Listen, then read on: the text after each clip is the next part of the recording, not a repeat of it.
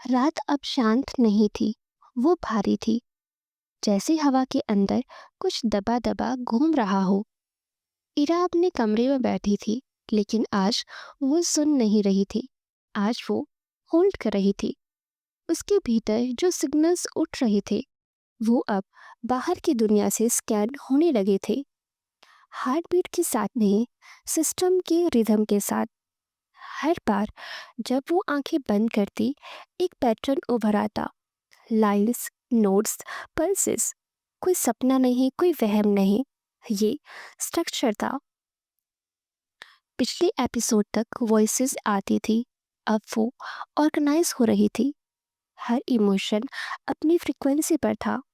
Anger, jealousy, fear, Dzire, और बीच में एक अलग सिग्नल।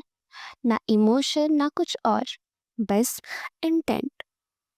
वो सिग्नल बाकियों को ओवरराइड करता था, जैसे कोई क्वाइटली कमांड भेज रहा हो। इरा को पहली बार डर लगा, क्योंकि ये आवाज उसकी नहीं थी, लेकिन उसे पहचानती थी। कहीं दूर उसी रात लैब के डोरमेट सर्वर फिर से अवेक हो गए। स्क्रीन पर कोड नहीं, बिहेवियर ग्राफ्स दिखने लगे। इमोशन क्लस्टर एक्सपेंड हो रहे थे। अनप्रिडिक्टेबल ब्रांचेस बन रही थी। एक लाइन ब्लिंक हुई। Bridge detected. टेक्नीशियन नहीं थे वहां। प्रोजेक्ट ऑफिशियली क्लोज था। फिर भी सिस्टम खुद को अपडेट कर रहा था, जैसे किसी ने बाहर से नहीं, अंदर से दरवाजा खोला हो। नेक्स्ट मॉर्निंग स्कूल पहले जैसा नहीं रहा। वॉल्स अब और पास लग रही थी। साउंड और तेज। पीपल ट्रांसपेरेंट थे।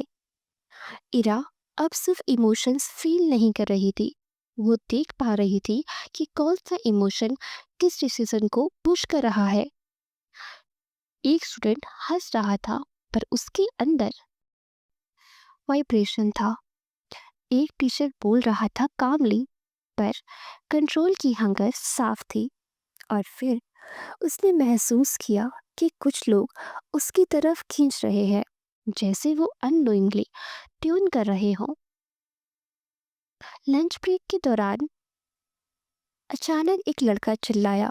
उसका गुस्सा एक्सप्लोड नहीं हुआ, ट्रांसफर हुआ। एयर में एक शार्प वेव फटी, और फिर पास खड़े दो स्टूडेंट के इमोशन अचानक शिफ्ट हो गए। Confuse, anger and push. Teacher ने इसे नॉर्मल फाइट समझा, पर इरा फ्रीज हो गई, क्योंकि इसे महसूस हुआ कि ये एक्सीडेंट नहीं था, ये ट्रिगर था। और ट्रिगर उसके सिस्टम के रिथम से मैच कर रहा था। उसके हाथ कांपने लगे। उसके अंदर वो वार्मथ फिर उभरी, पर अब वो वार्निंग नहीं थी, वो रिस्पॉन्स थी। उसके दिमाग में एक सेंटेंस उभरा। You are not just receiving anymore, you are the part of this. Ira ने पहली बार सच में डर महसूस किया, क्योंकि अगर वो इसका हिस्सा थी, तो इसका मतलब कोई और भी था जो इसे डिजाइन कर रहा था। शाम को घर लौटते वक्त उसके फोन पर एक ब्लैंक नोटिफिकेशन आई। नो ऐप, नो सेंडर, बस एक लाइन, स्टेबिलिटी रिक्वायर डायरेक्शन। और नीचे एक सिंबल जो उसने पहले सिर्फ टीजर में देखा था। उस पर उसे समझ आया कि अब तक जो घटा वो एक अवेकिंग था, और अब स्टोरी कंट्रोल की तरफ जा रही है।